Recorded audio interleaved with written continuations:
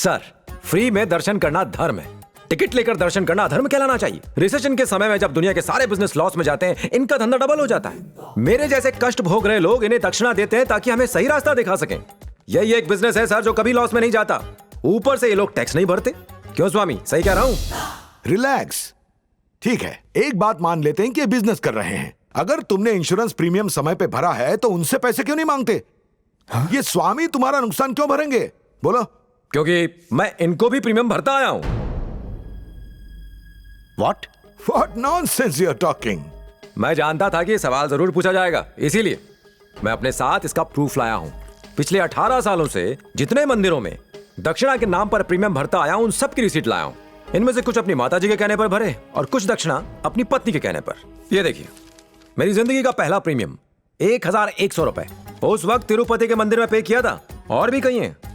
गणपति के स्टॉल के लिए हर साल 5000 रुपए का चंदा देता हूं। उसे स्टॉल नहीं कहते मूर्ख, उसे पंडाल कहा जाता है। जानता हूं। 3 साल पहले मेरी दादी सीढ़ियों से गिरी। डॉक्टर्स ने उम्मीद खो दी थी। एक पंडित ने कहा कि महामृत्युंजय का जाप करवाइए, वो बिल्कुल ठीक हो जाएंगी। मैंने जाप करवाया, दादी ऊपर चली गई और 30,000 खड्डे में।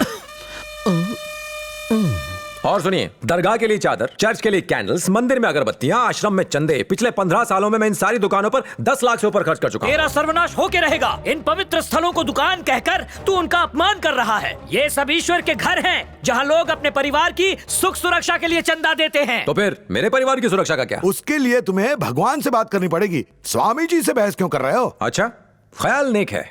आपके पास मोबाइल तो होगा, बताएंगे उसमें कौन सा सिम है? रिलायंस। मान लीजिए आपका सिम काम नहीं कर रहा है, तो आप कस्टमर केयर पर कॉल करेंगे या फिर सीधा अंबानी को फोन लगाएंगे? क्या मुकेश भाई मारो सिम चाल से नहीं।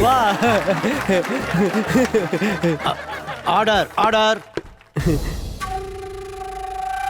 तुम्हारा मतलब ये स्वामी भगवान के ऑफिसर से? नहीं, ये किस एंगल से ऑफिसर्स हैं? नहीं, ये तो इनकी चेहरे को देख के तो लगता है कि ये सेल्समैन है, भगवान के कलेक्शन एजेंट। न्यायाधिपति जी, ये मूर्ख, अधर्मी और नास्तिक है। इस अधम को तनिक भी आभास नहीं है ये क्या कह रहा है। हम संत हैं, हम तो इसे क्षमा कर देंगे।